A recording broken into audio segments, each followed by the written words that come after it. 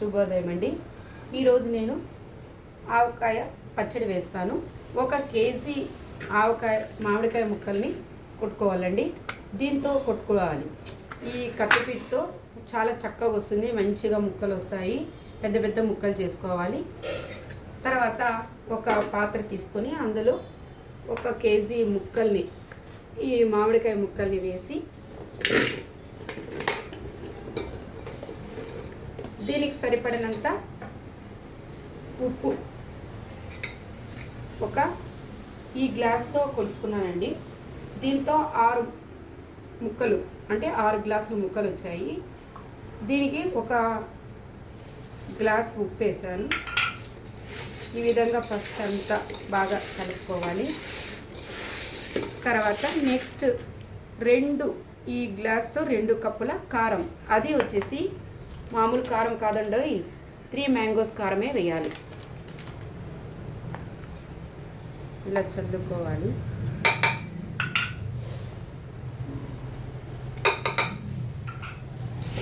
తర్వాత కలుపుకోవాలి. ఇలా ఘాటు వస్తుంది ముక్కులోకి, కొంచెం జాగ్రత్తగా కలుపుకోండి.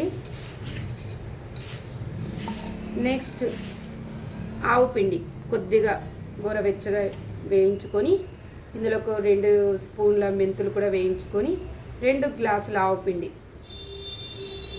చాలా ఈజీగా చేసుకోవచ్చండి మనము.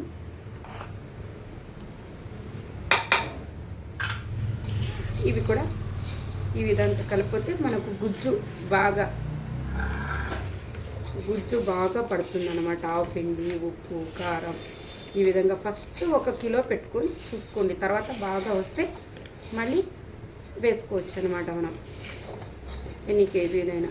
నెక్స్ట్ ఆయిల్ వేసేయండి. ఇలాంటి ఆయిల్ కాదండి, ఏఎస్ బ్రాండ్ అని పప్పు నూనెని అమ్ముతారు, ఆ నూనె తీసుకోవాలి. 1/2 కిలో వేసుకుంటున్నానండి నేను. ఎందుకంటే కొద్దిగా వేసుకుంటాం, మా అబ్బాయికి నేను తీసుకెళ్ళాలి కాబట్టి అది లీక్ కాకోకుండా కొద్దిగానే వేసుకుంటాను నూనె. తర్వాత అక్కడికి వెళ్ళిన తర్వాత నేను మంచిగా బాగా వేసుకుంటాను ఆయిల్ని. చూడండి కలర్ ఎంత బాగా వస్తుందో, చూస్తుంటేనే మనకు నోరు ఊరిపోతుంది కదండి. వేడి వేడి అన్నంలో ఈరోజు మామిడికాయ పప్పు కూడా చేశాను నేను. వేడి వేడి అన్నంలోకి మామిడికాయ పచ్చడి, మామిడికాయ పప్పు, ఆవకాయ పెట్టుకొని నెయ్యి వేసుకొని తింటే టేస్టే వేరండి. ఇంకొంచెం ఇలాగైనా మనం ఎక్కడికైనా తీసుకొని పోతే ఇలా పొడి పొడిగా తీసుకొని పోవచ్చు. అక్కడికి వెళ్ళిన తర్వాత మనం ఆయిల్ వేసుకోవచ్చు, లేకపోతే ఆయిల్ అంతా లీక్ అయిపోతుంది. చాలా ఇంతకి నేను ఈ 1/2 కిలో అంతా వేయచ్చు, ఇంకా 1/2 కిలో కూడా పడుతుంది. మనం చూసి ఆయిల్ వేసుకోవచ్చండి. చూడండి, వేసవి కాలంలో ముద్దపప్పు, ఆవు నెయ్యి, ఆవకాయ వేసుకొని తింటే ఉంటుంది సామిరంగా.